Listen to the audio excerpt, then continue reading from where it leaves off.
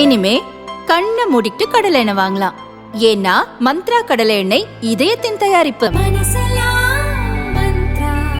ஈரோடு லோக்சபா தொகுதியில் போட்டியிடும் அதிமுக வேட்பாளர் அசோக் குமார் 653 கோடி ரூபாய் சொத்துகளுடன் அதிபணக்காரராக உள்ளார். அவரை விட அதிக சொத்து இருப்பதாக கணக்கு காட்டிய ஒருவரின் வேட்புமனு தள்ளுபடி செய்யப்பட்டது. அவர் திருப்பரங்குன்றம் தோப்பூரைச் சேர்ந்த வேழவேந்தன் என்பது தெரிய வந்துள்ளது. வேட்புமனு தாக்கலின் போது கடைசி நாளில் கடைசிக்கு முந்தைய நபராக வந்தார்.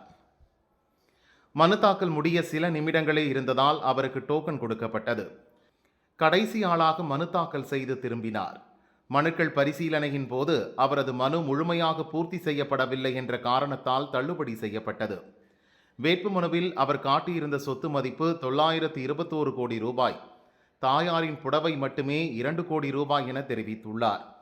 வழக்குகள், கடன்கள், நிதி நிறுவன முதலீடு, வாகனங்கள் உட்பட 90% கேள்விகளுக்கு இல்லை என்றே தெரிவித்திருந்தார்.